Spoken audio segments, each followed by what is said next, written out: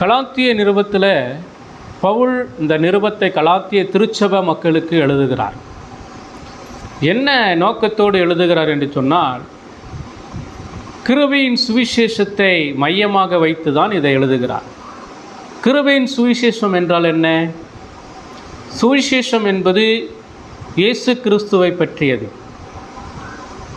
இயேசு கிறிஸ்துவனுடைய பாடு, மரணம், அடக்கம், உயிர்த்தெழுதல், இதை குறித்ததான ஒரு செய்தி தான், நற்செய்தி தான் சுவிசேஷம். அப்போ இந்த செய்தி கிருபையாய் நமக்கு கொடுக்கப்பட்டது.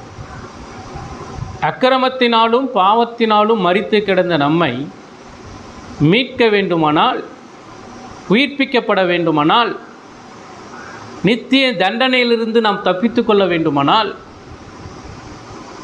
தேவ கோபத்திலிருந்து நம்ம காப்பாற்றப்பட வேண்டுமானால்,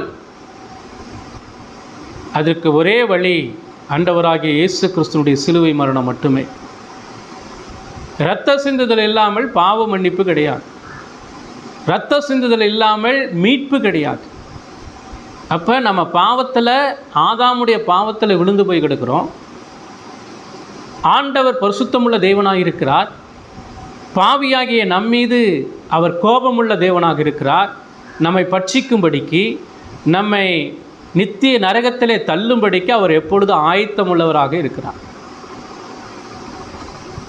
ஆனால் எல்லாரும் பாவம் செய்து தேவ மகிமையற்றவர்களானார்கள் என்கிற வேத வசனத்தின்படி உலகத்தில் இருக்கிற ஆதாம் மூலமாய் பிறந்த எல்லா மக்களும் பாவிகளாக இருக்கிறார்கள். அப்படிப்பட்டதான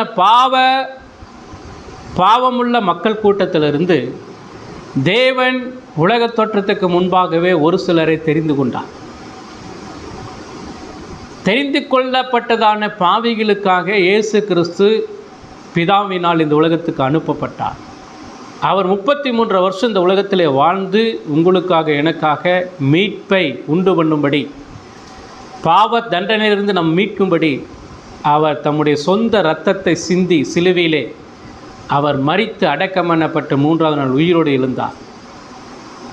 அவர் எழுந்தது நிமித்தமாக தான் நமக்கு மீட்பு உண்டு. இப்போ நாம் மீட்கப்பட வேண்டுமானால் தேவனால் தெரிந்து கொள்ளப்பட்டதான மக்களுக்கு சுவிசேஷம் அறிவிக்கப்பட வேண்டும். இந்த இயேசு கிறிஸ்துவின் மூலமாக தான் உங்களுக்கு விடுதலை என்கிறதான இந்த நற்செய்தியை அறிவிக்கும் போது அவர்கள் விசுவாசித்து அதை என்ன செய்வாங்க? அங்கீகரிப்பார்கள். தன் பாவத்தை அறிக்கை செய்வார்கள். அறிக்கை செய்து ஆண்டவரை விசுவாசித்து அவரிடத்தில் இரக்கத்தையும் ரட்சிப்பையும் பெற்றுக்கொண்டு தேவனுடைய பிள்ளைகளாகும்படியான ஒரு புத்திர சுவிகாரத்தை தேவன் அவர்களுக்கு கொடுக்கிறார். இதுதான் கிருபையின் சுவிசேஷம். இந்த சுவிசேஷத்தின் மூலமாக மட்டும்தான் ஒவ்வொருவரும் அவங்க கேட்டு கிறிஸ்துவை அறிந்து விசுவாசித்து ரட்சிப்பை பெற்றுக்கொள்ள முடியும். இதை தவிர வேறொரு வழி இல்லை. சரியா? இந்த கிருபையின் சுவிசேஷத்தை மூலமாக தான் பவுல் கலாத்திய நாட்டுக்கு சென்று அங்குள்ள புறஜாதிகளுக்கும் யூதர்களுக்கும் சுவிசேஷத்தை அறிவித்தார். அறிவிக்கும் போது இதை கேட்டு அவர்கள் இயேசுவை விசுவாசித்து அவர்கள் ரட்சிக்கப்பட்டார்கள். ரட்சிக்கப்பட்டு சபையிலே அங்கமாக இருந்தார்கள். அந்த காலகட்டத்தில் தான் கள்ள போதனைகள் உள்ளே நுழைந்தது.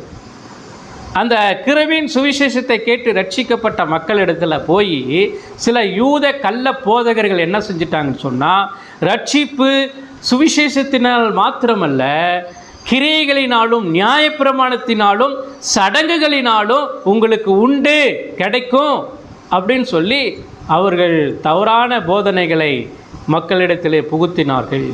இதை கேள்விப்பட்டதான கலாத்திய மக்கள் அவர்கள் தப்பான சுவிசேஷத்திற்கு, தவறான வேறொரு சுவிசேஷத்திற்கு அவர்கள் செவி சாய்க்க அவர்கள் கடந்து போனார்கள். இதை அறிந்த பவுல் அவர் என்ன செய்கிறார்? மிகவும் வைராக்கியத்தோடு, கோபத்தோடு இந்த நிருபத்தை அவர்களுக்கு எழுதுகிறார். மீண்டும் அந்த மக்களுக்கு தெளிவுபடுத்துகிறார். என்ன தெளிவுபடுத்துகிறார்? கிருபையின் சுவிசேஷம் என்றால் என்ன என்பதை விளக்குகிறார். கிருபையின் சுவிசேஷத்தை பாதுகாப்பதிலே பவுல் மிகவும் தீவிரமாய் செயல்படுகிறார். அந்த கிருபையின் சுவிசேஷம் கிறிஸ்துவுடையது. கிறிஸ்து இல்லாமல் ரட்சிப்பு இல்லை. உங்களை நீங்களே ரட்சித்துக் கொள்ள முடியாது. வேறு எந்த மனிதனாலும் உங்களை ரட்சிக்க முடியாது என்பதை அவர் என்ன செய்கிறார்? அந்த சுவிசேஷத்தை பாதுகாப்பதிலே அவர் செயல்படுகிறார். இதுதான் 1-2 அதிகாரத்திலே நம்ம பார்க்குறோம். அடுத்தது அதே கிருபையின் சுவிசேஷத்தை அவர் என்ன செய்கிறார்னா உறுதிப்படுத்துகிறார். அது 3-4 அதிகாரத்தில் நம்ம பார்க்குறோம். 3-4 அதிகாரத்தில் அவர் எப்படி உறுதிப்படுத்துகிறார்? ஆபிரகாமுக்கு கொடுக்கப்பட்ட வாக்குத்தத்தம் என்ன, நியாயப்பிரமாணம் என்றால் என்ன, நியாயப்பிரமாணம் எதற்காக கொடுக்கப்பட்டது, நியாயப்பிரமாணத்தை விட வாக்குத்தத்தம் தேவனால் கொடுக்கப்பட்டது. வாக்குத்தத்தம் என்பது கடவுள் தான் கொடுக்கப்பட்டதான அந்த வாக்கின்படி நிறைவேற்றுவது தான் வாக்குத்தத்தம். அப்போ ஆபிரகாமுக்கு கொடுக்கப்பட்ட வாக்குத்தத்தம் என்ன?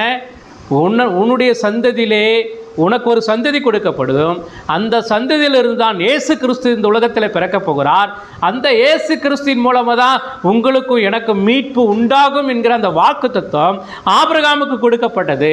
தேவன் கொடுத்த அந்த வாக்குத்தத்தம் நிறைவேற்றினார் இயேசு கிறிஸ்துவின் மூலமாக. அதை பவுல் கலாத்திய மக்களுக்கு அவர் விளக்குகிறார். அடுத்து இந்த 3ஆம் அதிகாரத்தில் நியாயப்பிரமாணம் எதற்கு கொடுக்கப்பட்டிருக்கிறது, அப்போ நியாயப்பிரமாணம் அதன் மூலமாய் நமக்கு என்ன நன்மை என்பதை அவர் விளக்குகிறார். நியாயப்பிரமாணம் தற்காலிகமாய் கொடுக்கப்பட்டது. அந்த நியாயப்பிரமாணம் நம்மை என்ன செய்ய வேண்டும் என்பதை அது நமக்கு கட்டளையிடுகிறது. அப்போ நியாயப்பிரமாணம் என்ன கட்டளையிடுகிறது? தேவனுடைய கட்டளைகளுக்கு நாம் கீழ்ப்படிய வேண்டும் என்று சொல்லி எதிர்பார்க்கிறது. அந்த கட்டளையை எந்த பாவியினாலும் என்ன செய்ய முடியல, கடைபிடிக்க முடியவில்லை. காரணம், அவன் பாவத்தில் மரித்திருக்கிறபடினாலே அந்த நியாயப்பிரமாணம் சொல்லப்படுகிறதான எந்த கட்டளைகளுக்கும் அவன் கீழ்ப்படிய முடியல. அப்போ நியாயப்பிரமாணம் என்ன சொல்லுது? நீ ஒரு பாவி, உன்னை நீயே ரட்சித்து கொள்ள முடியாது, இந்த கட்டளையை உன்னால் என்ன செய்ய முடியாது, கீழ்ப்படிய முடியாது, நீ தேவ கோபத்துக்கு ஆளாயிருக்கிறாய், கண்டிப்பாக உனக்கு நீ இந்த கட்டளைகளுக்கு கீழ்ப்படிய வேண்டுமானால் கீழ்ப்படுகிற ஒருவரால் மட்டும்தான் உன்னை காப்பாற்ற முடியும். அந்த ஒருவர் தான் ஆண்டவராகிய இயேசு கிறிஸ்து. அவரிடத்திற்கு போய் என்று சொல்லி இந்த கட்டளை நம்மை உணர்த்துகிறது, பாவி என்பதை உணர்த்துகிறது. உனக்கு விடுதலை இயேசு கிறிஸ்துவினால் மட்டும்தான் உண்டு என்பதை இந்த நியாயப்பிரமாணம் சொல்லுகிறது. அப்போ பவுலுடைய நோக்கம் என்னன்னு சொன்னால், நல்லா கவனிங்க, அதாவது அவிசுவாசத்துக்குள்ளே காணப்படுகிற கள்ள போதனைகளுக்குள்ளாக சிக்கி உலக பிரகாரமான காரியங்களுக்கு தந்திரங்களிலே சிக்கி கொண்டிருக்கிற ஒவ்வொரு மக்களுக்கும் அவர் எழுதுகிற இந்த சுவிசேஷம், இந்த கலாத்திய நிறுவனத்திற்கு கொடுக்கப்பட்டதான அந்த செய்தியானது மிக அவசியமானது. அப்போ கிருபையின் சுவிசேஷத்தை பாதுகாப்பதிலே அவர் உறுதியாக இருந்தார், அதை உறுதிப்படுத்துவதிலே உறுதியாக இருந்தார். அது மட்டும் இல்லை, 5-6 அதிகாரத்தில் அதை நிலைநாட்டுவதிலே அவர் உறுதியாக இருந்தார். சரியா? அப்போ பவுல் அவன் எதற்காக அழைக்கப்பட்டான்? புறஜாதிகளுக்கும் ராஜாக்களுக்கும் சுவிசேஷத்தை அறிவிக்கும்படி அவன் அழைக்கப்பட்டான். அப்படிப்பட்டதான மனிதனை தேவன் பயன்படுத்தினார். இப்போ பவுல் இந்த 6 அதிகாரத்திலும், கலாத்திய நிருபத்தினுடைய 6 அதிகாரத்திலும் இந்த 3 காரியங்களிலே கிருபையின் சுவிசேஷத்தை, அதாவது பாதுகாப்பதிலும், அவர் உறுதிப்படுத்துவதிலும், நிலைநாட்டுவதிலும் அவர் என்ன செய்கிறார்? உறுதியாக இருக்கிறார். எனவே கிருபையின் சுவிசேஷத்தினால் மட்டும்தான் உங்களுக்கு ரட்சிப்பு இருக்கிறத ஒழிய மனிதனுடைய கிரியைகளினால் அல்ல, நியாயப்பிரமாணத்தினால் அல்ல என்பதை அவர் என்ன செய்கிறார்? விலைக்கு கூறுவதற்கு அவர் இன்னும் அதிகமாய் பிரயாசப்படுகிறார். இப்போ பாருங்கள், அவர் ஏன் இந்த 6 அதிகாரத்தை இவர் உறுதியாக வைராக்கியத்தோடு, அதாவது மிகவும் கோபத்தோடு இதை ஏன் எழுதணும் அவர் அப்படிங்கிறதுக்கு சில வசனங்களை பாருங்கள். கலாத்திய நிருபம்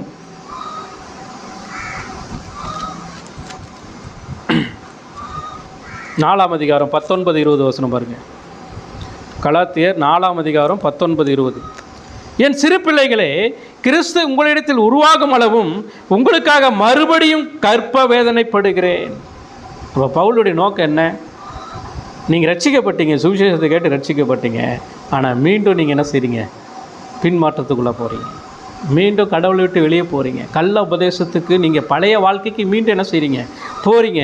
அதனால் அவர் என்ன சொல்கிறாருன்னா, சிறு பிள்ளைகளே என்று சொல்லுகிறார். கிறிஸ்து உங்களிடத்தில் உருவாகும் அளவும் உங்களுக்காக மறுபடியும் கற்ப வேதனைப்படுகிறேன். அப்படி நோக்கம் என்ன? மீண்டும் கிறிஸ்து உங்களுக்குள்ளே என்ன செய்யணும்? உருவாக்கப்பட வேண்டும். கிறிஸ்து உங்களுக்குள்ளே இருக்கணும், உங்களுக்குள்ளே உருவாக்கப்படணும். கிறிஸ்து உங்களுக்குள்ளே இருந்தால் மட்டும்தான் உங்களுடைய வாழ்க்கை பரலோகத்தை நோக்கி செல்லக்கூடிய வாழ்க்கையாக இருக்கும்.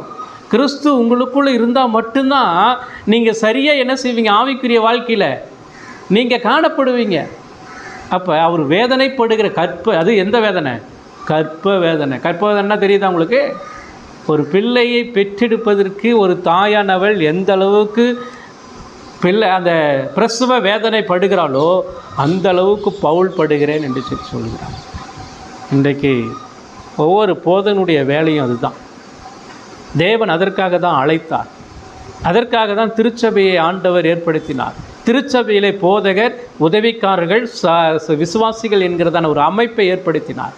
அப்போ கிறிஸ்து ஒவ்வொரு பாவினிடத்திலும் உருவாகும் அளவுக்கு அவன் கற்ப வேதனைப்பட வேண்டும் என்றால் அவன் எவ்வளோ கடின உழைக்கணும் யோசித்து பாருங்கள். அதனால தான் பவுல் இந்த நிருபத்தை இவ்வளோ அழகாக ஆழமாக எழுதுகிறார்.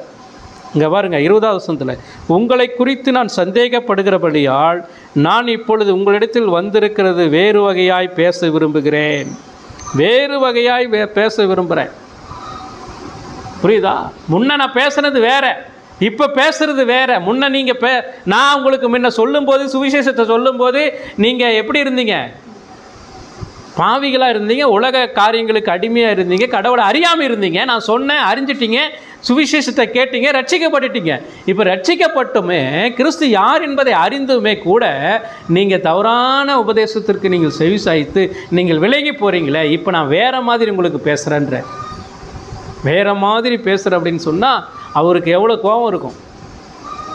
அதாவது ஒரு நபரை ரட்சிப்பின் வழியில் நடத்தி கொண்டு வந்து சபையிலே வச்சு அவங்க மீண்டும் பின்மாற்றத்தில் போகும்போது அந்த மனுஷனுக்கு எப்படி இருக்கும்? அந்த கோபத்தோடு அவர் மீண்டும் நான் பேசுகிறேன் என்று சொல்லுகிறார். அப்போ தொடர்ச்சியாக இந்த 4ஆம் அதிகாரத்துக்கு நம்ம வந்திருக்கிறோம். 3 அதிகாரத்தில் நம்ம தேவனுடைய வார்த்தையை நம்ம பேசிட்டு பவுல் 14 செய்திகளை கொடுக்குறாரு. இந்த 15வது செய்தியில் தலைப்பு என்னன்னா, இந்த 4ஆம் அதிகாரம் 1 முதல் 7 வசனத்தின் அடிப்படையில் இன்றைக்கு நம்ம சிந்திக்க போகிறோம். தலைப்பு திரித்துவ தேவனால் மீட்கப்பட்ட சுதந்திரவாளிகள். தலைப்பு என்ன? செய்தியினுடைய தலைப்பு திரித்துவ தேவனால் மீட்கப்பட்ட சுதந்திரவாளிகள். இப்போ நீங்களும் நானும் திரித்துவ தேவனால் மீட்கப்பட்ட சுதந்திரவாளிகள். இந்த ஒவ்வொரு வார்த்தைக்கும் நிறைய அர்த்தங்கள் இருக்குது. திரித்துவம் அப்படின்னா யார்?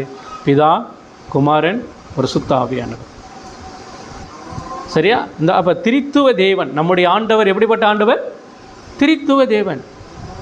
சரியா? அந்த திரித்துவ தேவனால் மீட்கப்பட்டிருக்கிறோம். எங்கிருந்து மீட்கப்பட்டிருக்கிறோம்? பாவத்தின் அடிமைதனத்திலிருந்து, கோபத்திலிருந்து, அது மட்டும் இல்லை நித்திய தண்டனையிலிருந்து நாம் மீட்கப்பட்டிருக்கிறோம். அப்போ மீட்கப்பட்ட நீங்களும் நானும் யார்? சுதந்திரவாளிகள். நல்லா கவனிங்க. அந்த சுதந்திரவாளிகள்னால் என்ன அர்த்தம் தெரியுமா?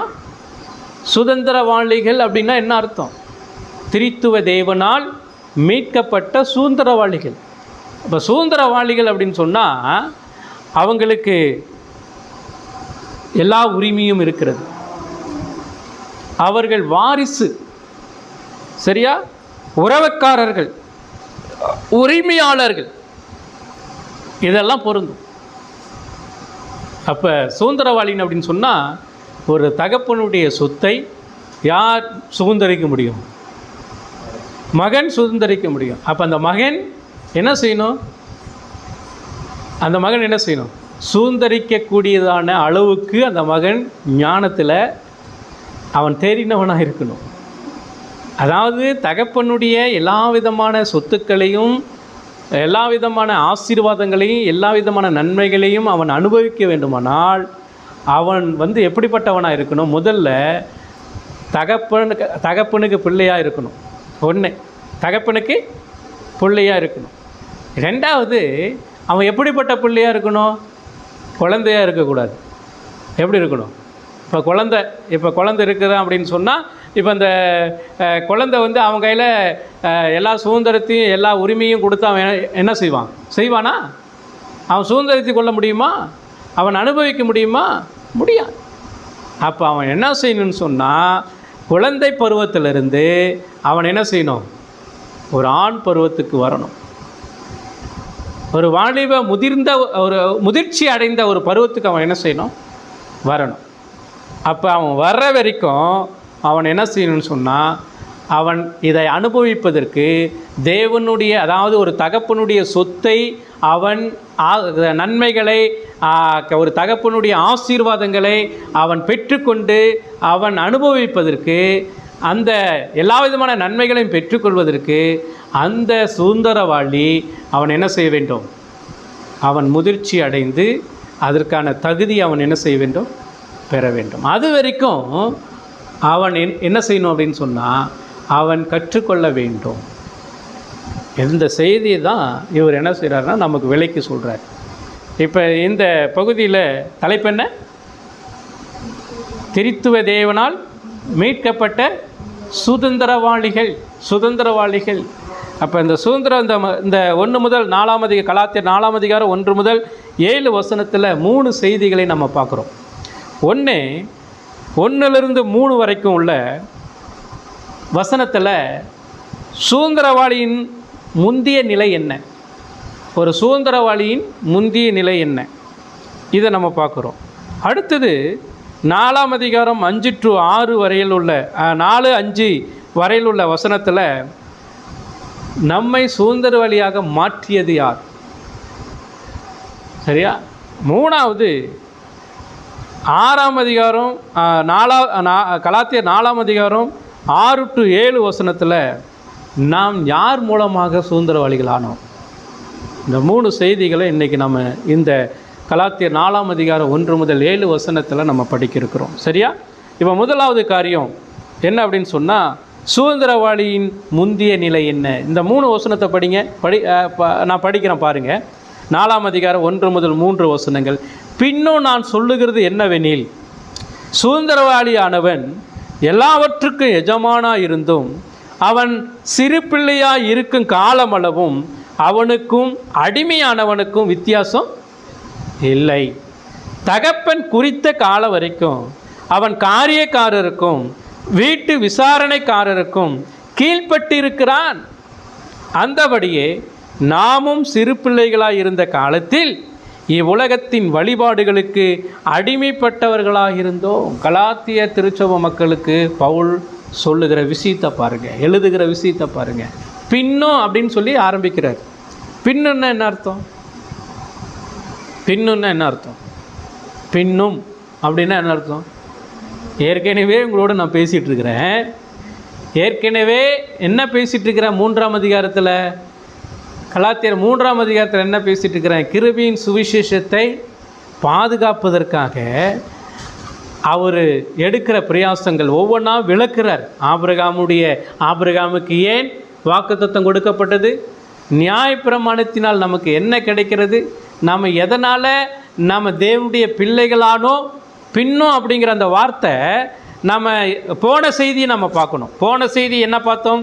கிறிஸ்துவை பற்றும் விசுவாசத்தினால் தேவனுடைய பிள்ளைகளானோம். எப்படி ஆனோம்?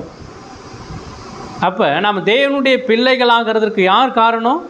இயேசு கிறிஸ்து தான். அப்போ நாம் இயேசு கிறிஸ்துவனுடைய பிள்ளைகளாக நம்ம எப்படி ஆனோம் அப்படிங்கிறத கலாத்தியர் 3ஆம் அதிகாரம் 25லிருந்து 29 வரைக்கும் நம்ம என்ன செஞ்சோம்? பார்த்தோம். அப்போ பின்னும் தொடர்ந்து அவர் என்ன செய்கிறாருன்னா இதை தான் சொல்கிறார். என்ன சொல்கிறாரு? நீங்கள் தேவனுடைய பிள்ளைகளாக இருக்கிறீங்க. இப்போ இயேசு கிறிஸ்துவை விசுவாசிக்கிறதின் மூலமாக நீங்கள் தேவனுடைய பிள்ளைகளானீங்க அப்படின்னு சொல்லிட்டு பின்னுங்கிறத என்ன செய்கிறாரு? தொடர்ந்து சொல்லுகிறார். அப்போ பின்னும் அப்படிங்கிற அந்த வார்த்தையை தொடர்ந்துட்டு நீங்கள் தேவனுடைய பிள்ளைகளாக மட்டுமல்ல, நீங்கள் சுதந்திரவாளியாகவும் இருக்கிறீங்க அப்படிங்கிறத மறந்துடாதீங்க. அதனால தான் 1ஆம் வசனத்தில் சொல்கிறாரு, அதாவது சுதந்திரவாளியானவன் எல்லாவற்றுக்கும் எஜமானாக இருந்தும், அவன் சுதந்திரவாளி.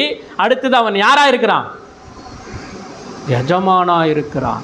தேவனுடைய பிள்ளை அப்படிங்கிற அந்த அந்தஸ்து நமக்கு கிடைக்கும்போது நம்ம சுதந்திரவாளி.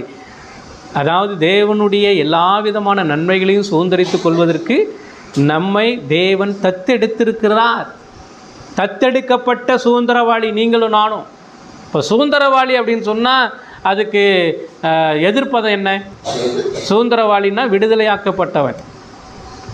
சுதந்திரவாளின்னா அவன் இன்னொருவருடைய உரிமையை, அதாவது இன்னொருடைய நன்மையை பெற்றுக்கொள்வதற்கு, இன்னொருவருக்கு சுதந்திரவாளியாக அவன் எல்லா விதமான நன்மையும் பெற்றுக்கொள்வதற்கு தகுதியானவன் அப்படின்னு சொல்லி அர்த்தம். இப்போ சுதந்திராளியானவன் அப்படின்னா, இப்போ அவன் சுதந்திரமாக அவன் விடப்பட்டு இருக்கிறான்னா அதுக்கு முன்னாடி என்ன செஞ்சுருக்கிறான்? கட்டப்பட்டு இருக்கிறான். ஒரு அடிமைத்தனத்துக்குள்ளாக சிக்கி கொண்டு இருக்கிறான். புரியுதா? இப்போ அப்படிப்பட்டதான ஒரு நபர் அவன் சுதந்திரவாளியாக இருந்து, சுதந்திரவாளியாக எப்படி வந்தான்? இயேசு கிறிஸ்துவின் மூலமாக, அவரை விசுவாசிக்கிறதின் மூலமாக தேவனுடைய பிள்ளையாக அவன் என்ன செஞ்சான்? காணப்பட்டான். அவனுக்கு சுதந்திரவாளி என்று சொல்லி பேர். அவன் என்ன செய்ய போகிறான்? இந்த அவன் எஜமானாக இருந்தும் கூட அவன் சிறு பிள்ளையாக இருக்கிறான். இதுதான் முக்கியம். அவன் சுதந்திரவாளி தான். இப்போ என்ன சொல்கிறாரு கலாத்தியருக்கு? நீங்கள் பாருங்கள், விடுதலையாக்கப்பட்டீங்க, ரட்சிக்கப்பட்டீங்க, இப்போ தேவனுடைய பிள்ளையாக இருக்கிறீங்க. இப்போ நீங்கள் என்ன செய்கிறீங்கன்னா, நீங்கள் அடிமைகளாக இருக்கிறீர்கள். இன்னும் மீண்டும் நீங்கள் பாவத்தன்மைக்கு நீங்கள் போகிறதுக்கு என்ன செஞ்சிட்டீங்க? கள்ளோபதேசத்திற்கு நீங்கள் என்ன செய்கிறீங்க? செவி கொடுக்குறீங்க. அதை விளக்கிறதுக்கு தான் அவர் சொல்கிறார். பாருப்பா, நீங்களும் நானும் ரட்சிக்கப்பட்டிருக்கிறோம் இயேசு கிறிஸ்துவின் மூலமாக, எந்த கிரிகளினால் அல்ல. சரியா? நம்ம தேவனுடைய பிள்ளையாக இருக்கிறோம். அவருடைய எல்லா விதமான நன்மைகளையும் சுதந்திரிப்பதற்கு, அவர் நம்ம அப்பா பிதாவே என்று சொல்லி கூப்பிடுவதற்கு, அவர் நமக்கு அப்பாகவும் நாம் அவருக்கு பிள்ளையாகவும் இருப்பதற்கு நமக்கு எல்லா விதமான தகுதியும் இருக்குது. ஆனால் நம்ம இன்னும் சிறு பிள்ளைகளாகவே இருக்கிறோம். இன்னும் சிறு பிள்ளைகளாகவே இருக்கிறோம். அப்படின்னா என்ன அர்த்தம்? சிறு பிள்ளைகளாக இருக்கிறீங்க அப்படின்னா என்ன அர்த்தம்? இன்னும் உங்களுக்கு அறியாமை இல்லை, இன்னும் வளர்ச்சி இல்லை, இன்னும் முதிர்ச்சி இல்லை. புரியுதா? அப்போ நீங்கள் இன்னும் கற்றுக்கொள்ள வேண்டிய காரியங்கள் ஏராளமாக இருக்கிறது. அப்புறம் அவர் என்ன சொல்கிறாருன்னா, சிறு பிள்ளைகளாக இருக்கும் காலமளவும் அவனுக்கும் அடிமையானவனுக்கும் வித்தியாசம் இல்லை, வித்தியாசமே இல்லை. அதாவது நாம் சுதந்திரவாளி தான், இயேசு கிறிஸ்துவினால் மீட்கப்பட்டவங்க தான், நாம் தேவனுடைய பிள்ளைகள் தான். ஆனால் அப்படின்னா என்ன அர்த்தம்? இன்னும் நம்ம அடிமைகளாகவே இருக்கிறோம். அடிமையானவனுக்கும் தகப்பன் குறித்த கால வரைக்கும் அவன் காரியக்காரருக்கும் வீட்டு விசாரணைக்காரனுக்கு கீழ்பட்டு இருக்கிறான். அவன் வளர வேண்டும். இந்த பகுதியை ஏன் இங்கே சொல்கிறாருன்னா, நல்லா கவனிங்க. ஆண்டவர் நம்மை உலகத் தோற்றத்துக்கு முன்னாடியே முன்குறித்து அழைத்து ரட்சித்து நம்ம என்ன செஞ்சுருக்கிறார்? அதுதான் சொல்கிறார். எவர்களை முன்னறிந்தாரோ அவர்களை முன்குறித்திருக்கிறார், எவர்களை முன்குறித்தாரோ அவர்களை அழைத்திருக்கிறார், எவர்களை அழைத்தாரோ அவர்களை நீதிமான்களாக்கி இருக்கிறார், எவர்களை நீதிமான்களாக்கினாரோ அவர்களை மகிமைப்படுத்தியும் இருக்கிறார். இவ்வளோ இந்த விஷயம்லாம் தேவன் முன்குறிக்கப்பட்டவர்களுக்கு கொடுக்கப்படுகிறதான ஆசீர்வாதங்கள். அப்போ இதை நீங்களும் நானும் அடையணும்னு சொன்னால் தேவன் ஒரு காலத்தை குறிச்சிருக்கிறார். அந்த காலம் வரைக்கும் நம்ம என்ன செய்யணும்னு சொன்னால், சில காரியங்களுக்கு நம்ம அடிமையாக தான் இருக்கணும். சிலருடைய கட்டுப்பாட்டுக்குள்ளே நம்ம அடங்கியிருக்கணும். இப்போ குழந்தை பிறந்த உடனே, இப்போ ஜேசன் இருக்கிறான் அப்படின்னு சொன்னால் அவனுக்கு எடுத்த உடனே அவனுக்கு என்ன செஞ்சிடக்கூடாது? அவனுக்கு முழு உரிமையை என்ன செஞ்சிட முடியாது? கொடுத்துட முடியாது. இப்போ அவன் என்ன செய்யணும்? அவனுக்கு ஸ்கூலுக்கு போகணும். ஸ்கூலுக்கு போயிட்டு என்ன செய்யணும்? அவன் படிக்கணும். அடுத்தது காலேஜ் போகணும். இப்படி அவன் கற்றுக்கொள்ள வேண்டிய, ஏன்னா அவன் வளர வளர வளர வளர அவனுக்கு சில கல்விகளையும் சில ஆலோசனைகளையும் கொடுக்கணும். அதுக்கு பின்னாடி தான் என்ன செய்ய முடியும்? அவங்க அப்பா அம்மாவுடைய எல்லா விதமான சுதந்திரத்திலையும் அவன் பங்கு பெற முடியும்.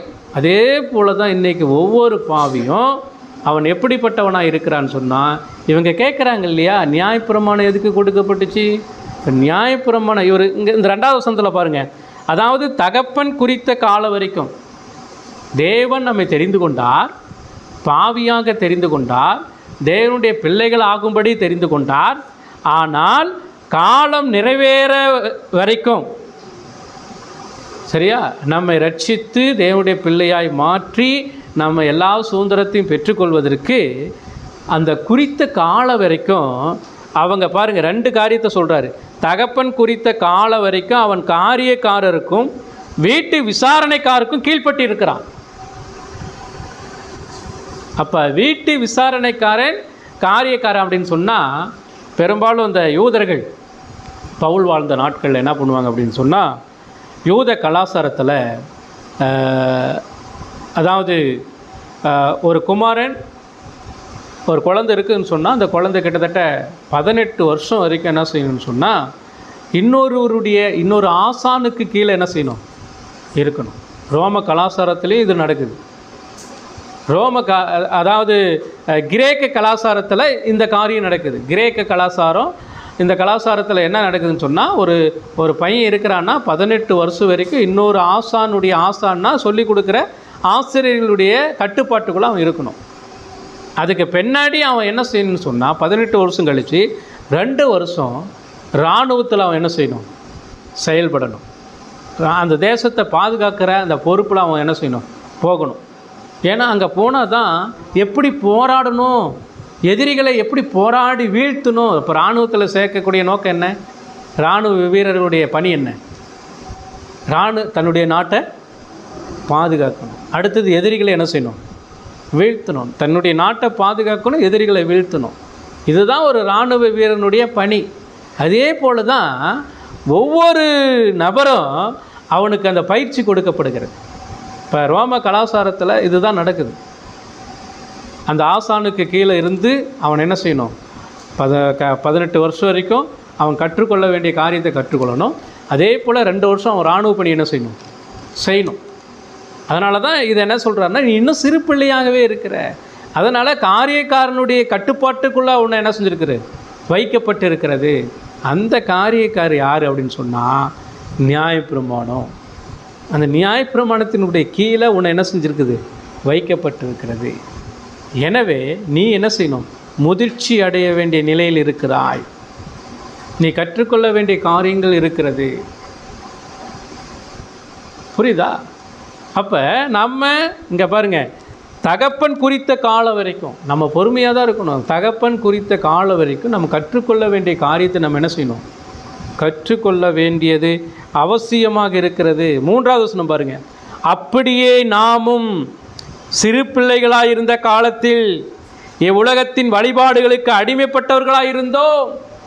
2 வசனத்தில் என்ன சொல்ல வர்றாருன்னா, நீங்களும் நானும் சுதந்திரவாளிகளாக இருந்தாலும் கூட நாம் சிறு பிள்ளையாக இருக்கிறோம். சிறு பிள்ளையாக இருக்கிறதுனால நம்ம அந்த சுதந்திரத்தை பெற்றுக்கொள்வதற்கு கொஞ்ச காலம் நம்ம என்ன செய்கிறோம்னா, காரியக்காரரும் வீட்டு விசாரணையுடைய காரருக்கும் கீழ்பட்டு இருக்கிறோம்.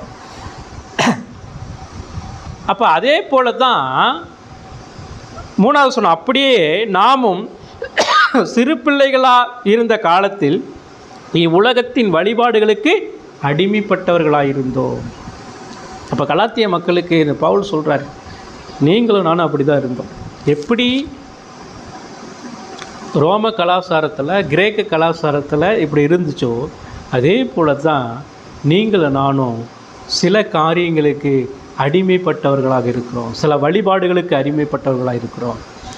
இங்கே எந்த அடிமைத்தனத்தை சொல்கிறாருன்னு சொன்னால், யூதர்கள் அவர்கள் சில சடங்குகளை வைத்திருந்தார்கள். அதே போல் புறஜாதிகளும் சில சடங்குகளை வைத்திருந்தாங்க. அந்த சடங்குகளை செய்து அவங்க தன்னுடைய வாழ்க்கையில் சரி செய்து கொள்வதற்கு சில காரியங்களை அவர்கள் முயற்சி பண்ணாங்க. ஆனால் எந்த சடங்கும் அவங்களுக்கு ரட்சிப்பு என்ன செய்யாது, கொடுக்காது. எந்த சடங்கும் அவங்களுக்கு என்ன செய்யாது, மீட்பை உண்டு பண்ணாது. ஆனால் அவங்க என்ன செய்யணும் அப்படின்னு சொன்னால், இப்போ கட்டளை கொடுக்கப்பட்டு இருக்கிறது சொன்னால், அந்த கடவுளுடைய கட்டளை நியாயப்பிரமாணம் கொடுக்கப்பட்டிருக்குன்னா, அது நியாயப்பிரமாணம் என்னெல்லாம் சொல்லுது, கிட்டத்தட்ட 613 கட்டளைகள் கொடுக்கப்பட்டிருக்கிறது. அது எந்த மனுஷனும் என்ன செய்ய முடியாது, நிறைவேற்ற முடியாது. ஆனால் அந்த கட்டளைகளுக்கு கீழே நம்ம என்ன செய்யணும், அடங்கி இருக்கணும். அப்படின்னா மீண்டும் பாவம் செய்யாதபடிக்கு அது நம்ம என்ன செய்யுது, தடுத்து நிறுத்தக்கூடியதாக இருக்கிறது. சரிங்களா? அப்போ அவர் அதுதான் சொல்கிறாரு, நாம் இன்னும் சிறு பிள்ளைகளாக இருந்த காலத்தில் இவ்வுலகத்தின் வழிபாடுகளுக்கு அடிமைப்பட்டவர்களாக இருந்தோம் இந்த உலகத்தினுடைய வழிபாடுகளுக்கு. ஆனால் இப்போ நம்ம கொஞ்ச காலம் இப்படி அடிமைப்பட்டா இருந்தாலும் கூட நம்மை நாமே அந்த அடிமைத்தனத்திலிருந்து என்ன செய்ய முடியாது, மீட்டுக்கொள்ள முடியாது. இன்னொருவர் வரப்போகிறார், அவரை சார்ந்து கொள்ள வேண்டும் அப்படிங்கிறதுக்கு அந்த அர்த்தத்தோடு தான் பவுல் இதை என்ன செய்கிறார், பேசி கொண்டிருக்கிறார். அவங்களுடைய நிலையை உணர்த்துகிறார். ஏன்னா கிருபையின் சுவிசேஷம் இதுதான், கிருபையின் சுவிசேஷம். இந்த சுவிசேஷத்தின் அடிப்படையில் தான் நீங்களும் நானும் மீட்கப்படுகிறோம். எனவே நம்முடைய முந்தைய நிலை நம்ம இப்படி தான் இருந்தோம். ஆதாம் வழியாக பாவத்தில் விழுந்து போனதன் நிமித்தமாக நாம் அக்கிரமத்தினாலும் பாவத்தினாலும் மரித்து கிடந்தபடினாலே நம்மை நாமே ரட்சித்து கொள்ள முடியாமல் நம்ம எவ்வளோதான் முயற்சி பண்ணாலும், நம்ம எவ்வளோதான் கல்விகளை கற்றுக்கொண்டாலும், நம்ம எவ்வளோதான் அந்த உலக ஞானங்களை நாம் பெற்றுக்கொண்டாலும், எந்த உலக ஞானமும் கல்வியும் நம்முடைய வளர்ச்சியும் நம்முடைய கிரியைகளும் செயல்களும் நம்மை ஒரு காலும் ரட்சிக்காது. அப்படிங்கிறத மீண்டும் மீண்டும் மீண்டும் மீண்டும் தொடர்ச்சியாக அவர் என்ன செய்கிறாரு, சொல்லிகிட்டே இருக்கிறார். நீங்கள் மீண்டும் அந்த வேறொரு சுவிசேஷத்துக்கு போயிட்டீங்களே, அந்த வைராக்கியத்தோடு தான் இது சொல்கிறார். சரிங்களா?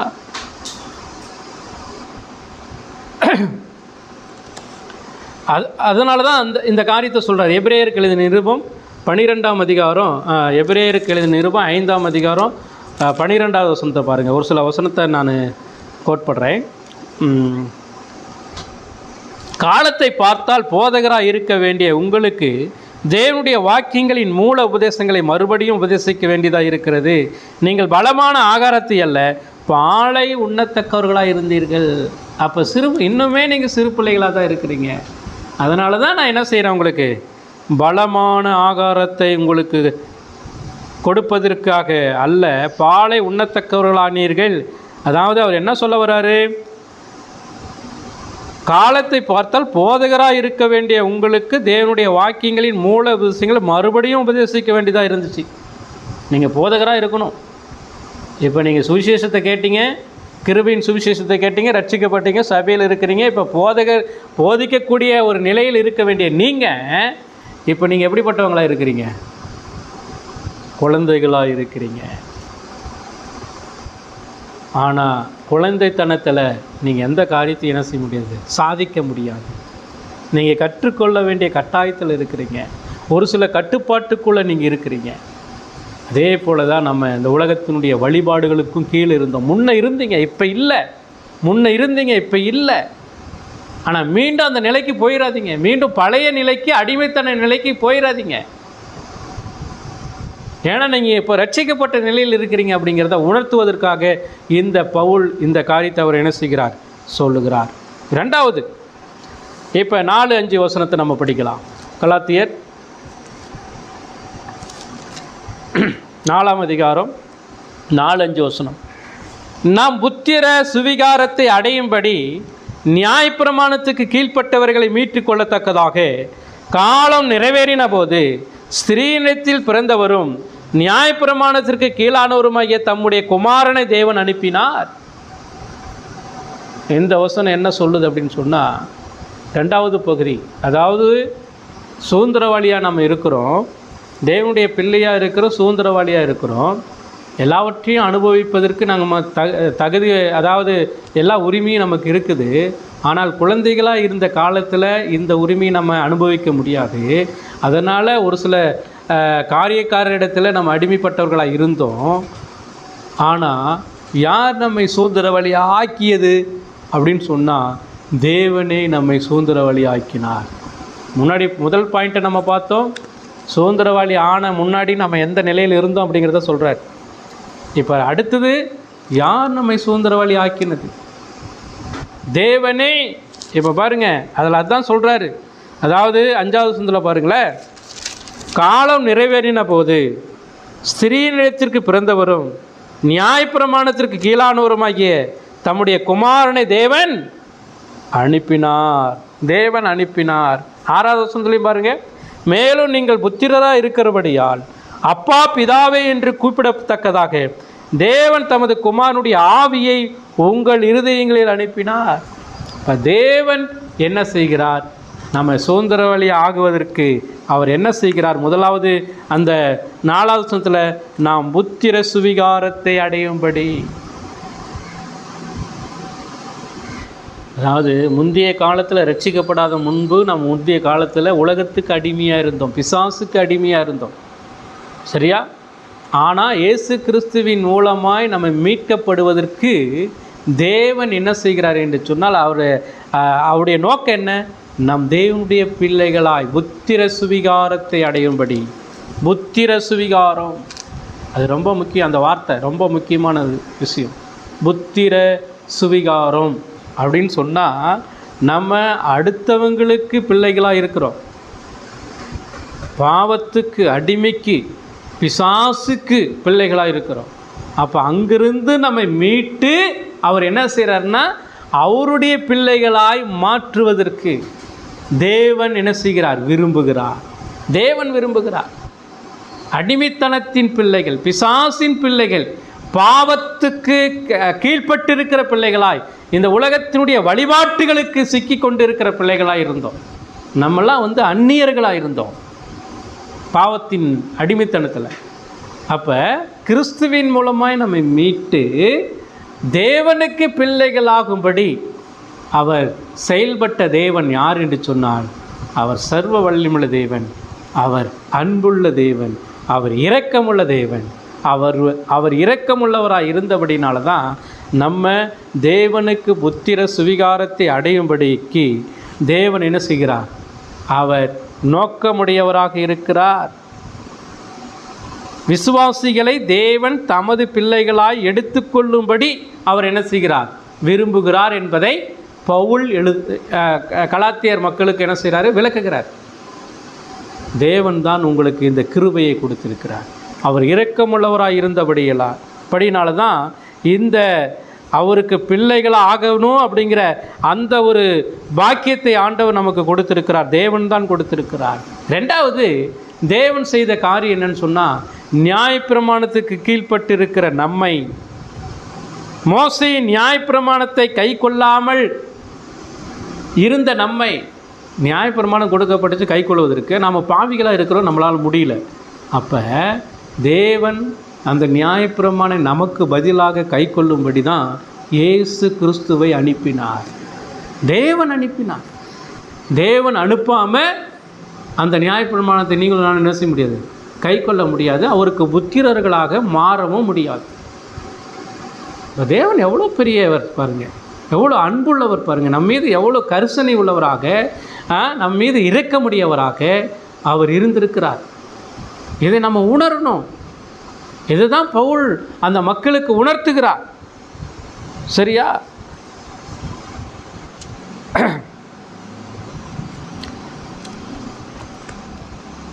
யோவான் எழுதின சுவிசேஷம் 5ஆம் அதிகாரம் 30ஆம் வசனத்தில் பாருங்கள். யோவான் 5ஆம் அதிகாரம் 30.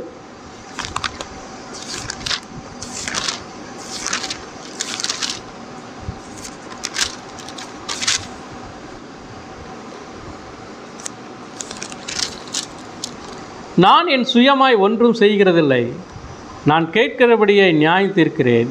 எனக்கு சித்தமானதை நான் தேடாமல் என்னை அனுப்பின பிதாவுக்கு சித்தமானதை நான் தேடுகிறபடியால் என் தீர்ப்பு நீதியாயிருக்கிறது. இயேசு கிறிஸ்துவே சொல்கிறார். என்ன சொல்கிறாருன்னா, என்னை அனுப்புனது யார்? என்னை அனுப்புனது தேவன் அனுப்புனார். அவருடைய சித்தத்தை நிறைவேற்றுவதற்கு அனுப்புனான். சுயமாக எதையுமே நான் என்ன செய்யலை. அவர் அனுப்புனதனுடைய நோக்கம் என்ன?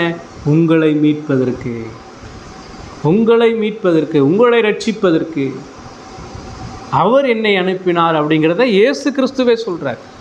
அப்போ கிறிஸ்துவை தேவன் அனுப்பினார். எதுக்கு அனுப்பினார் அப்படின்னு சொன்னால், நம்மை அவருடைய ஜீவனை கொடுத்து நம்மை மீட்பதற்காக அவர் என்ன செய்தார்?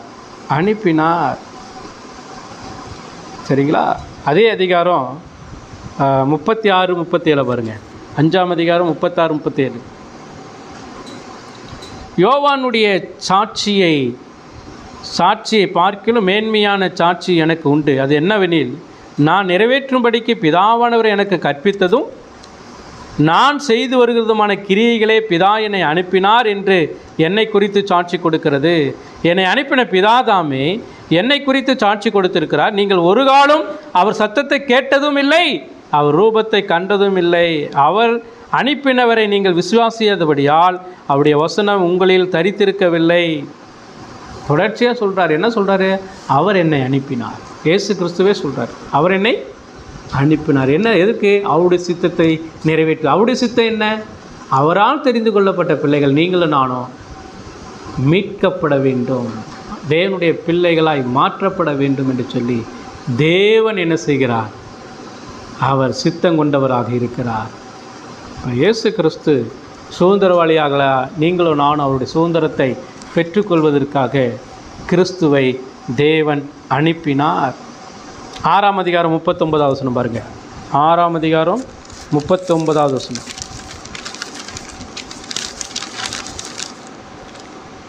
அவர் எனக்கு தந்தவைகளில் ஒன்றையும் நான் இழந்து போகாமல் கடைசி நாளில் அவைகளை எழுப்புவதே என்னை அனுப்பின பிதாவின் சித்தமாக இருக்கிறது. அப்போ பிதா கிறிஸ்துவை அனுப்பினார் என்று சொன்னால் எதற்காக அனுப்பினார்? எதற்காக அனுப்பினார்? அவர் நம்மை மீட்கும்படியாக. அவர் நம்மை மீட்க வேண்டுமானால் இயேசு கிறிஸ்து என்ன செய்யணும்? சிலுவைக்கு போகணும், அவர் அடிக்கப்படணும், நொறுக்கப்படணும், அவர் கடைசி சொட்டு இரத்த வரைக்கும் சிந்தப்படணும், அவர் மரித்து 3 நாள் அடக்கம் பண்ணப்படணும். இயேசு கிறிஸ்து அவர் உயிர்ப்பிக்கப்படணும். அவர் உயிர்ப்பிக்கப்பட்டால் மட்டும்தான் நீங்களும் நானும் மரித்த நிலையில் இருக்கிற நாமும் உயிர்ப்பிக்கப்பட முடியும். ஆகவே பிதா நமக்கு செய்த பெரிய உன்னதமான நன்மை என்னன்னு சொன்னால், இதுக்கு முந்தைய நிலையில் நம்ம பார்த்தோம், சுதந்திரவாளி ஏற்கனவே அடிமைப்பட்ட நிலையில் இருக்கிறான். ஆனால் நம்மை சுதந்திரவாளியாக ஆக்கினது தேவன். அவர் இரக்கமுள்ளவராக இருந்தபடினாலே அவர் என்ன செய்தார்? புத்திர சுவிகாரத்தை அடையும்படி அவர் விரும்பினார். அதற்காக இயேசு கிறிஸ்துவை இந்த உலகத்துக்கு அனுப்பினார். நாம் நியாயப்பிரமாணத்துக்கு கீழ்ப்பட்டவர்களாக இருக்கும்படிக்கு, அவர் நியாயப்பிரமாணத்தை நிறைவேற்றும்படிக்கு இயேசு கிறிஸ்து எல்லா காரியத்திற்கும் அவர் என்ன செஞ்சார்? கீழ்ப்படிந்தவராக இருந்தார். அது மட்டும் இல்லை, தேவன் ஒரு காரியத்தை செய்தார். என்ன செய்தார்? நாம் சுதந்திரவாளியாக மாறணும்னு சொன்னால் அதுக்கு ஒரு காலத்தை நியமித்திருக்கிறார். அந்த காலத்தை தம்முடைய குமாரன் வருகை தரும் காலம் வரைக்கும் பிதாவாகிய தேவன் எப்போதும் தம் மனதிலே அவர் என்ன செஞ்சிருக்கிறார்? சில வாக்குத்தத்த காரியங்களை வைத்து அவர் நம்மை ரட்சிக்க திட்டமிட்டிருக்கிறார். இந்த திட்டம்தான் ஆதாமை உண்டாக்கும் போது ஆதாமும் எவளும் பாவம் செஞ்சாங்க. பாவம் செஞ்சு ஏதேன் தோட்டத்தை விட்டு அவங்க விரட்டிட்டாங்க. விரட்டின உடனே அவங்க மீண்டும் கடவுளிடத்தில் நெருங்கணும்னு சொன்னால், அதுதான் ஆதியாக 3:15 சொல்கிறாரு. அவர் என்ன சொல்கிறாரு? ஸ்திரீக்கும் உன் வித்துக்கும் அவள் வித்துக்கும் பகையை உண்டாக்குவேன் என்றார். அப்போ இந்த ஸ்திரீயின் வித்து தான் எதுன்னு சொன்னால் இயேசு கிறிஸ்து. அதுதான் அங்கே பார்க்குறோம் கலாத்தியரில், ஸ்திரீனிடத்தில் பிறந்தவர் அப்படின்னு சொல்லி. ஸ்திரீனிடத்தில் பிறந்தவர், காலம் நிறைவேறின போது ஸ்திரீனிடத்தில் பிறந்தவர் அவர்தான் ஆண்டவராக இயேசு கிறிஸ்து. அவரை ஆண்டவர் இந்த உலகத்துக்கு அனுப்பியிருக்கிறார். எனவே தீர்க்க தரிசனத்தை ஆதியாகமம் 3ஆம் அதிகாரத்திலிருந்து கடைசியாக மல்கியா வரைக்கும் நிறைய தீர்க்க தரிசிகளை ஆண்டவர் எழுப்பினார், ராஜாக்களை எழுப்பினார், நியாயாதிபதிகளை எழுப்பினார், நிறைய வாக்குத்தத்தங்களை கொடுத்தார். இந்த வாக்குத்தத்தங்கள் இது எல்லாமே யாரை பற்றியது என்று சொன்னால் இயேசு கிறிஸ்துவை பற்றியது.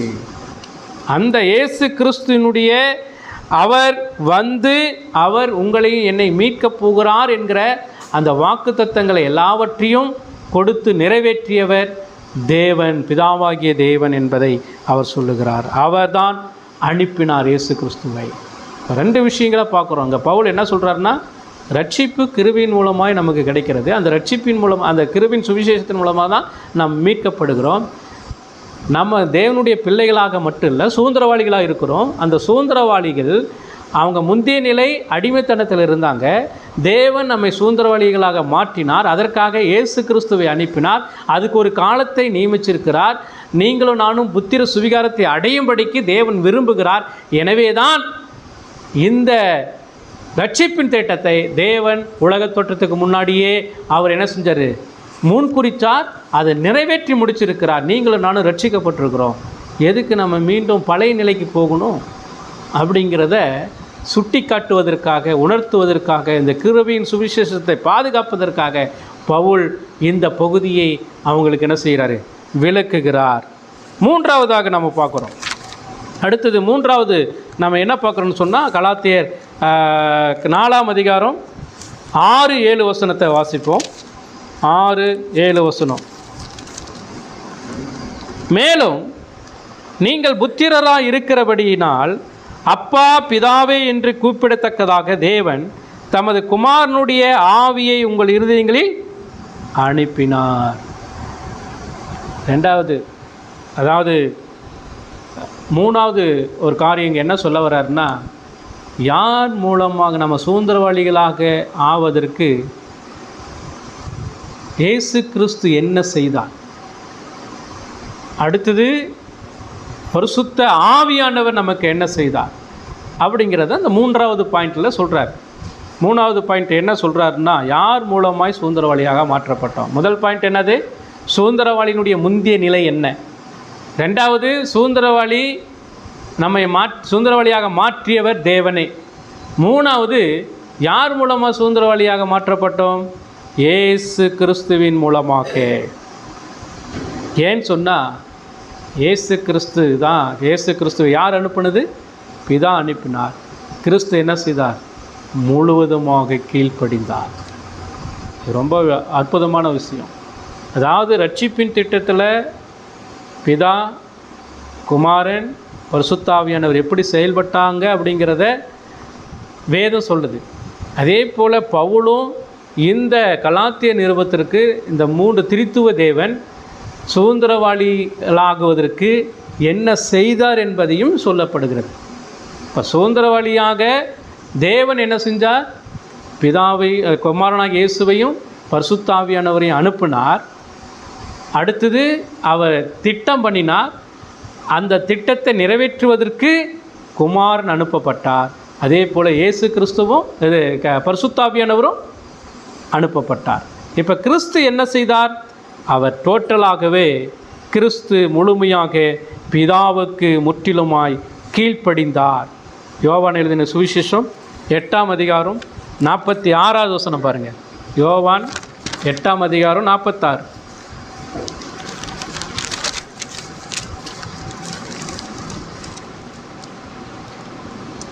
என்னிடத்தில் பாவம் உண்டென்று உங்களில் யார் என்னை குற்றப்படுத்தக்கூடும்? நான் சத்தியத்தை சொல்லி இருக்க நீங்கள் ஏன் என்னை விசுவாசிக்கிறதில்லை? 45வது வசனம். நான் உங்களுக்கு சத்தியத்தை சொல்லுகிறபடியினால் நீங்கள் என்னை விசுவாசிக்கிறதில்லை. அப்போ இங்கே என்ன சொல்ல வராருன்னு சொன்னால், 44வது வசனம். நீங்கள் உங்கள் பிதாவாகிய பிசாசினால் உண்டானவர்கள், உங்கள் பிதாவினுடைய இச்சைகளின்படி நீங்கள் செய்ய மனதாக இருக்கிறீர்கள். அவன் ஆதி முதற் கொண்டு மனுஷ கொலைபாதகனாக இருக்கிறான். சத்தியம் அவனிடத்தில் இல்லாதபடியால் அவன் சத்தியத்திலே நிலை நிற்கவில்லை. அவன் பொய்யனும் பொய்க்கு பிதாவுமாய் இருக்கிறபடியால் நான் பொய் பேசும்போது தன் சொந்தத்தில் எடுத்து பேசுகிறான். நான் உங்களுக்கு சத்தியத்தை சொல்லுகிறபடினால் நீங்கள் என்னை விசுவாசிக்கவில்லை. 47வது சொன்ன பாருங்கள். தேவனால் உண்டானவன் தேவனுடைய வசனங்களுக்கு செவி கொடுக்கிறான். நீங்கள் தேவனால் உண்டாகிறபடினால் செவி கொடாமல் இருக்கிறீர்கள். இப்போ இயேசு கிறிஸ்து சத்தியத்தை அறிவிக்கும்படிக்கு அவர் இந்த உலகத்திலே வந்தார். அதாவது பிதாவினால் அனுப்பப்பட்டு அவர் என்ன செஞ்சார்னா, அவருடைய சித்தத்தை நிறைவேற்றுவதற்கு அவர் டோட்டலாகவே கீழ்ப்படிந்தார் என்பதை இந்த பகுதி என்ன செய்து சொல்லுது. 2 கொரிந்தியர் 5ஆம் அதிகாரம் 21வது வசனம் பாருங்கள். 2 கொரிந்தியர் 5ஆம் அதிகாரம் 21வது வசனம். நாம் அவருக்குள் தேவனுடைய நீதியாகும்படிக்கு பாவம் அறியாத அவரை நமக்காக பாவமாக்கினார். இயேசு கிறிஸ்து அவர் இந்த உலகத்திலே அனுப்பப்பட்ட அந்த விதத்தை அவர் சொல்கிறார். இயேசு கிறிஸ்து டோட்டலாகவே பிதாவுக்கு கீழ்ப்படிந்தார். எப்படி கீழ்ப்படிந்தார்? தேவனுக்கு சமமாக இருந்த அவர் கொள்ளையாடின பொருளாக எண்ணாமல் அடிமையின் ரூபம் எடுத்து, பிலிப்பியர் 2ஆம் அதிகாரத்தில் படிக்கிறோம், அவர் இந்த உலகத்துக்கு வந்தார். தேவனுக்கு சமமாக இருந்த இயேசு கிறிஸ்து அவர் இந்த பூமிக்கு மனிதனாய் வந்தார் என்பது எவ்வளோ பெரிய அர்ப்பணிப்பு தெரியுமா? அப்போ கிறிஸ்து அவர் 100% மனிதனாக வந்தார், 100% தேவனாக வந்தார் என்பதை இதை காட்டுகிறது. 100% மனிதனாக ஒரு ஸ்திரீனிடத்திலே அவர் கருதரித்து 10 மாதம் அடங்கியிருந்து இந்த உலகத்தில் அவர் பிறக்கணும். எவ்வளோ ஒரு பயங்கரமான ஒரு விஷயம் பாருங்கள். கடவுள் மனிதனானா இந்த விஷயம் சாதாரணமாக நம்ம எடுத்துக்கொள்கிறோம். இன்றைக்கி அடுத்த மாதம் கிறிஸ்மஸ் வரப்போகுது. எல்லா மக்களும் இயேசு கிறிஸ்து பிறந்த நாளை கொண்டாட போகிறாங்க. பல விதங்களில் கொண்டாட போகிறாங்க. அது சந்தோஷத்தோடு கொண்டாட போகிறாங்க. ஆனால் இந்த காரியத்தை அவர்கள் உணரவே மாட்டாங்க. எந்த காரியத்தை உணர மாட்டாங்க? தேவன் கடவுள் மனிதனானார். எப்படி வந்தார்? ஒரு ஸ்திரீனிடத்திலே கருதரிக்கப்பட்டு 10 மாதம் அடங்கியிருந்து அவர் இந்த உலகத்தில் வந்து பிறந்தார். அது மட்டும் இல்லை, அவர் பரிசுத்தமான தேவன், தேவனுக்கு சமமான அந்த நிலையில் இருந்த அவர் தாழ்மையின் ரூபம் எடுத்து, அடிமையின் ரூபம் எடுத்து அவர் எங்கே பிறந்தார்? எங்கே பிறந்தாருன்னே தெரியல. ஆனால் மாட்டு தொழுவத்தில் கொண்டு வந்து வச்சாங்க. அவர் ராஜாதி ராஜா, அரண்மனையில் பிறந்திருப்பார்னு சொல்லி தான் சாஸ்திரிகள்லாம் போய் தேடினாங்க, ஏன்னா அவர் ராஜான்னு சொல்லி. ஆனால் இயேசு கிறிஸ்து அவர் தொழுவத்திலே, மாட்டு தொழுவத்திலே கடத்தப்பட்டார். கந்த துணிகளினால் சுற்றப்பட்டு கடத்தப்பட்டார். அடிமையின் ரூபம். அப்போ பிதாவுக்கு டோட்டலாகவே அவர் கீழ்ப்படிந்தார் என்பதை பவுல் இங்கே ஆழமாக என்ன செய்கிறார் சொல்லுகிறார். அவரை எதுக்கு அனுப்பினாருங்க? 5வது வருஷத்தில் பாருங்கள், கலாத்தியர் 4:5 அதை நம்ம ஞாபகத்தில் வச்சுக்கணும். காலம் நிறைவேறின போது சிறியிடத்தில் பிறந்தவரும் நியாயப்பிரமாணத்திற்கு கீழானவருமாகிய தம்முடைய குமாரனை தேவன் அனுப்பினார். அப்படின்னா என்ன அர்த்தம்? அவர் ஏற்கனவே தேவனோடு இருந்தவர். அவர் அனுப்பினார்னா எப்படி வந்திருக்கணும்? அவர் தேவனாக இருக்கிறவர் தேவனாக வரணுமா இல்லை? ஆனால் அவர் எப்படி மனிதனாக வந்தார்? அனுப்பினார். அப்படின்னா அவர் 100% தேவனாக வந்தார், 100% மனிதனாக பிறந்தார். 100% மனிதனாக பிறந்தார், 100% தேவனாக வந்தார். இப்போ தேவனாக வந்தார் அப்படின்னு சொன்னால் தேவன் அனுப்பினார். இப்போ பிறந்தார்ன்னு சொன்னால் தேவனுடைய வித்தினாலே ஸ்திரீனிடத்திலே பிறந்தார். அப்போ மனிதனுடைய பிறப்பு எதுக்கு? தேவன் ஏன் மனிதனாக வரணும்? கடவுள் ஏன் மனிதனாக வரணும்? பாவியாகிய மனிதர்களாகிய நம்முடைய பாவத்தை அவர் சுமந்து, நம்முடைய பாவத்திற்காக சிலுவையிலே நாம் அடைய வேண்டிய தண்டனை அவர் அடைந்து, நம்மை தேவனிடத்திலே கொண்டு சேர்ப்பதற்கு முழுவதுமாக 100% மனிதனாக வந்தார். அப்போ 100% எதுக்கு தேவனாக வந்தார்? பரிசுத்தமான தேவன் அவரிடத்திலே நம்முடைய பாவத்தையெல்லாம் அவர் சுமந்து தீர்த்து, நம்மை பரிசுத்தப்படுத்தி அவருடைய இரத்தத்தினால் கழுவி நம்மை அவரிடத்தில் கொண்டு போய் சேர்ப்பதற்காக 100% தெய்வீக தன்மையிலே அவர் தேவனாக வந்து பிறந்தார். செய்தி என்ன அப்படின்னு சொன்னால், நீங்களும் நானும் சுதந்திரவாளிகளாக இருக்கிறோம். ஆனால் இதுக்கு யார் காரணம் தெரியுமா? தேவன் திட்டமிட்டார், குமாரனாகிய இயேசு கிறிஸ்து செயல்பட்டார், நமக்காக மரித்தார், பிதாவுக்கு கீழ்ப்படிந்தார். அது மட்டும் இல்லை, நம்முடைய பாவத்தை அவர் என்ன செஞ்சார்? சுமந்தார். அதுதான் 2 கொரிந்தியர் 5:21 பார்க்குறோம். நாம் அவருக்குள் தேவனுடைய நீதியாகும்படிக்கு பாவம் அறியாத அவரை நமக்காக பாவமாக்கினார். பாவமே அறியாத இயேசு கிறிஸ்து நமக்காக சிலுவையிலே அவர் பாவமாக்கினார். எவ்வளோ பெரிய விஷயம் பாருங்கள். எபிரேயர் 4ஆம் அதிகாரம் 5வது வசனத்தை பாருங்கள். எபிரேயர் 4:5.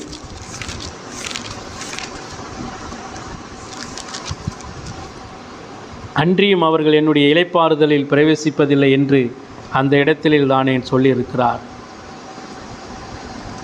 4:15 நம்முடைய பலவீனங்களை குறித்து அவர் பரிதபிக்கக்கூடாத பிரதான ஆசாரியர் நமக்கு இராமல் எல்லா விதத்திலும் நம்மைப் போல சோதிக்கப்பட்டும் பாவம் இல்லாதவராக இருக்கிற பிரதான ஆசாரியரார் நமக்கு இருந்தார்.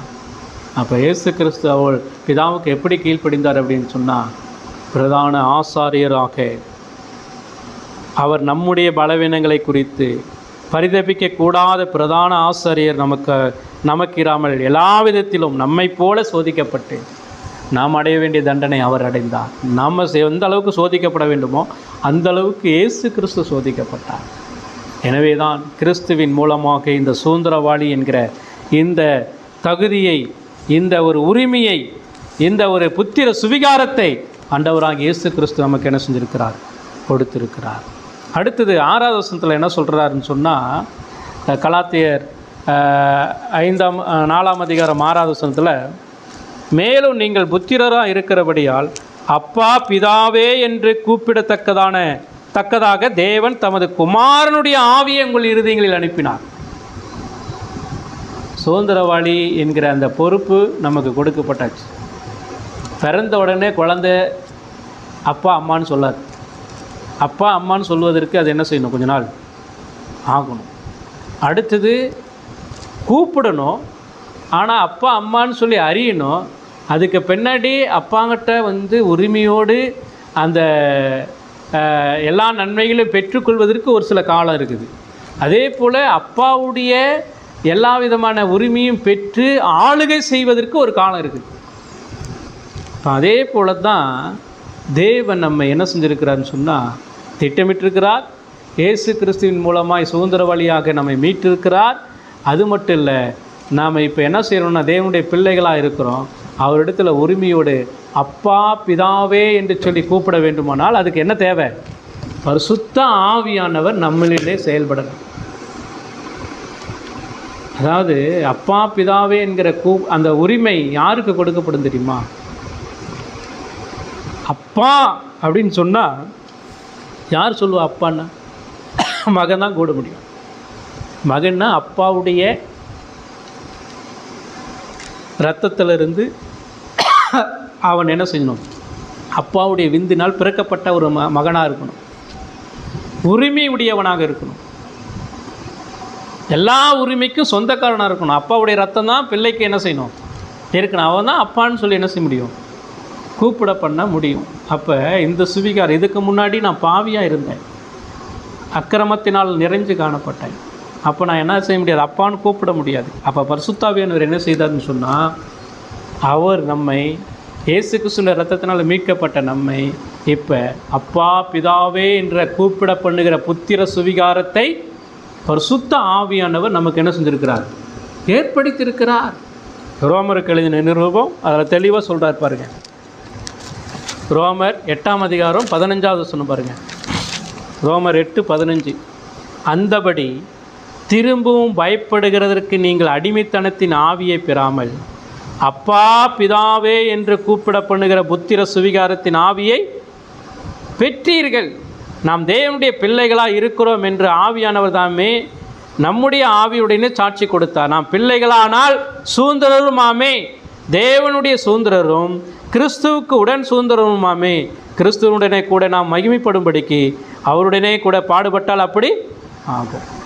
இப்போ முழு உரிமையையும் பரிசுத்த ஆவியானவர் மூலமாய் அப்பா பிதாவே என்று சொல்லி அழைக்கிற அந்த புத்திர சுவிகாரத்தை பரிசுத்த ஆவியானவர் நமக்கு கொடுத்திருக்கிறார்.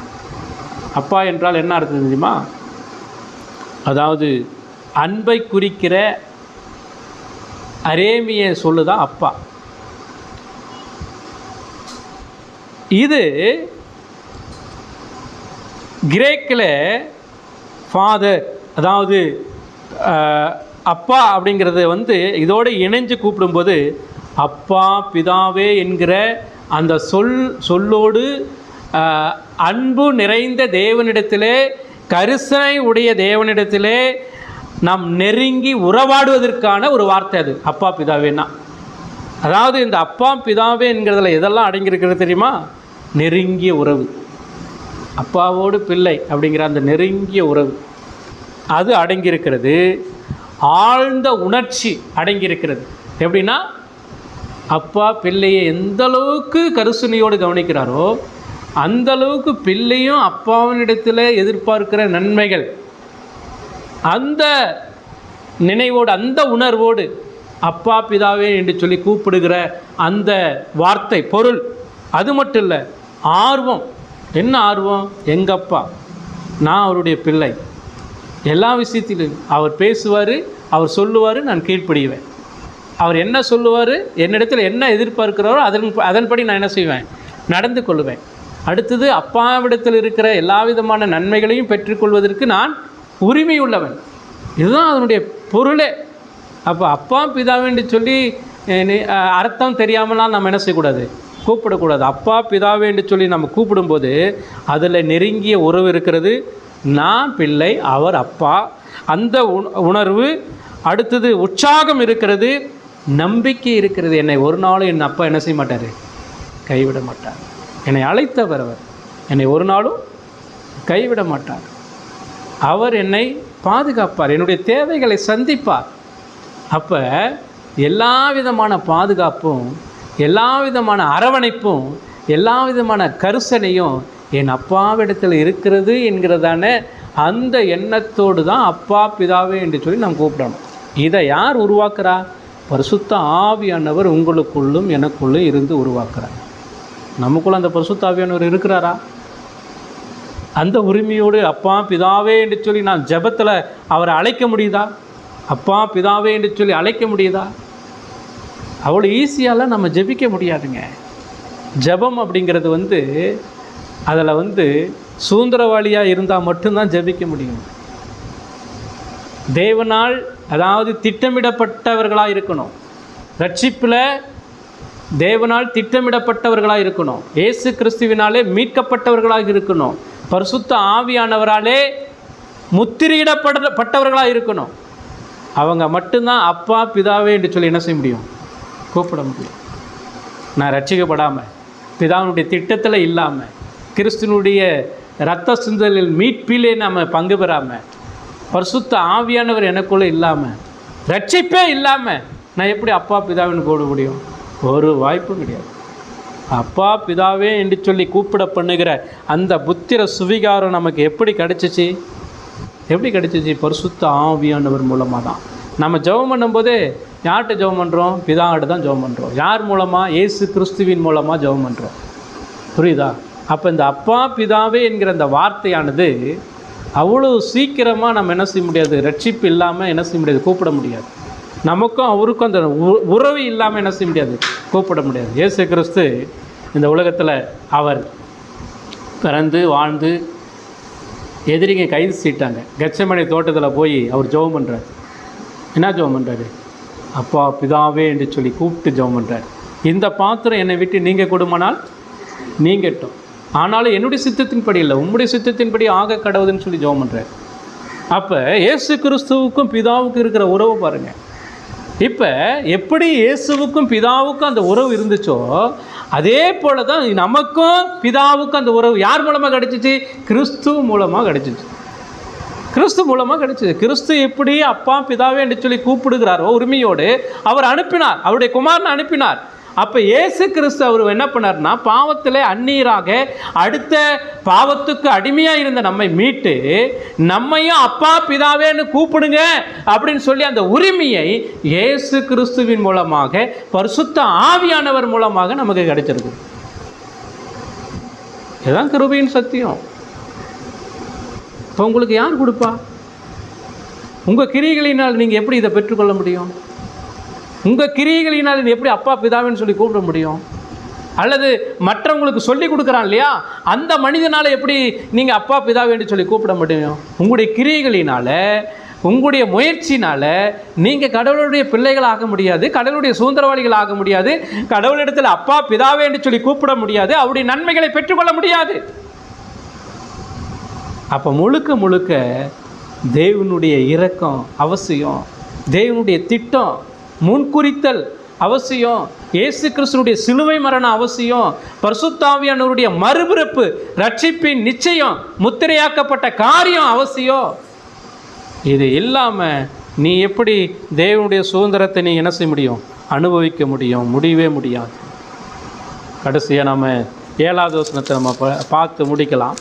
7வது வசனத்தில் என்ன சொல்கிறார்? கலாத்தியர் 4:7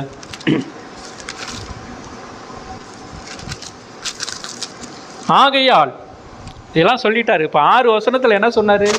6 வசனத்தில் என்ன சொல்லிக்கிறாரு பாருப்பா, நீங்கள் ரட்சிக்கப்படாததுக்கு முன்னாடி, சுதந்திரவாளியாக இல்லாத முன்னாடி நீங்கள் என்ன செஞ்சுறீங்க? இந்தந்த காரியத்துக்கு அடிமையாக இருந்தீங்க.